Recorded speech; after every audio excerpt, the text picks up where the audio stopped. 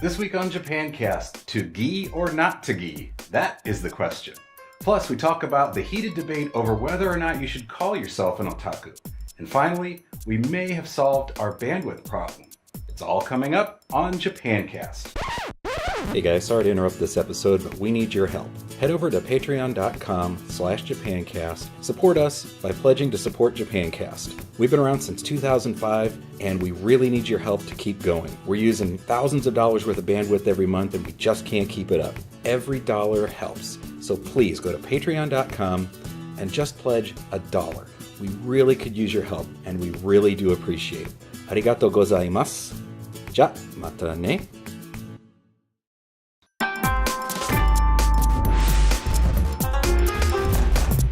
Welcome to Japancast episode 111. I'm Paul Griswold. And I'm Hitomi Griswold. This is our first episode of 2014. Hi. So if your New Year's resolution was to finally learn Japanese, we're happy to have you with us. Maybe this year you can learn Japanese too. Well, up next, it's time to talk gi. But before we do that, we want to thank everyone who helps keep Japancast going. We can keep doing Japancast because of the people on the screen. Thank you.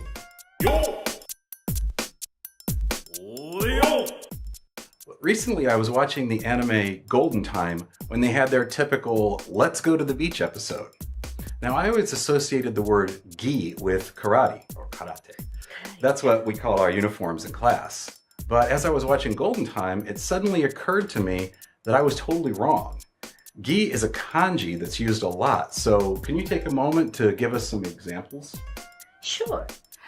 By itself, gi means clothes or outfit or uniform. Okay. So when you combine it with other kanji, you get different meaning. Okay, For like example, karate gi karate uniform. or uwagi, Uwagi is a coat or a jacket or outerwear. shitagi, Shitagi means underwear. Shita is under. mizugi, Mizugi is what I heard, which is swimsuit. gaishitsugi, Whoa, that's street clothes or clothes you'd wear to the mall, clothes you'd wear to the movies, things like that. fudangi, Fudangi.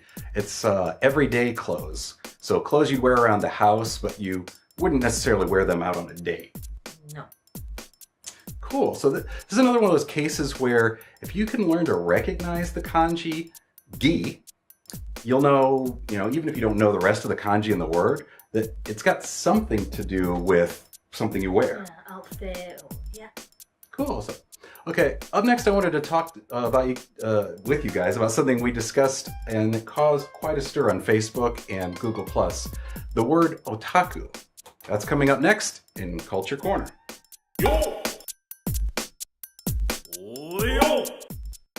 Now, on places like Facebook and especially Google+, I see people all the time posting pictures that say things like otaku for life or otaku till I die. They even organize things like Otaku Pride Day. And honestly, there's nothing wrong with any of that. I have a shirt that says otaku on it. However, I think it's important to understand in Japan, the word otaku does not mean anime lover. As we've mentioned in the past, otaku can be combined with many things, since it essentially is like calling yourself a super fan. Super fan by itself means nothing, but if I say I'm a Chicago Cubs super fan, everyone would know you're a Chicago Cubs otaku. However, the problem with the word otaku is many people have strong negative feelings associated with it. Before 1989, not 1899, the word otaku really wasn't something the average Japanese person thought much about or possibly even knew. But in 1989, a man named Tsutomu Miyazaki was arrested for murdering 4 girls. Miyazaki appeared to be a normal Japanese man to all of his fellow co-workers. However, not only did he murder 4 little girls, but he did horrible, unspeakable things to them. Furthermore, he would terrorize the family of the children he killed by sending them graphic letters explaining the terrible things that he'd done. Once he was arrested, the police found his apartment was filled with videotapes. Many of them were anime and horror movies. So the media branded him the otaku murderer and blamed the anime and horror movies for turning him into a murderer.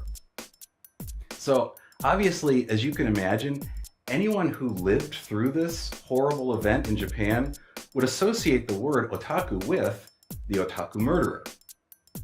Now, these days, most Japanese people realize the word otaku, especially to non-Japanese people, Westerners, has kind of become associated with anime, manga, and Japanese pop culture. So don't think you should fear using the word. The important thing here is to arm yourself with knowledge. Because I'm betting a lot of our viewers out there had no idea the word otaku became widely known in Japan because of this event. Now that you do know about it, if you're ever in a situation where someone is put off by something like an otaku t-shirt, you have a much better understanding of why and are prepared to deal with it. Okay? So now that I explained that, I would like you guys to make sure that you stick around because up next we have even more Japanese vocabulary. Now, if you've ever watched the fantastic but creepy anime Another, you'll remember that a good portion of the plot revolved around a girl whose mother was an artist that worked with dolls. Well, the other day, Hitomi mentioned to me there's another common mistake Japanese learners make, and it has to do with 人魚 versus 人形. Right, they sound pretty similar, so what's the difference? 人魚 means mermaid. 人形 means doll. Okay, could you say that one more time? 人魚 is mermaid and 人形 is doll. So, how would you say mermaid doll in Japanese? 人形人形? 人形人形. I would say probably 人形の人形. Mm-hmm. No. Yeah. Okay. Well, stick around because there's still a bit more Japancast coming right up. As we mentioned at the start, if you're looking to learn Japanese in 2014, we'll hope you'll subscribe to Japancast and stick around. Yes. You know, it's much easier to stick with it if you belong to a group. Absolutely. So be sure to join us at facebook.com/Japancast and visit japancast.net to see all the stuff that we've got going on.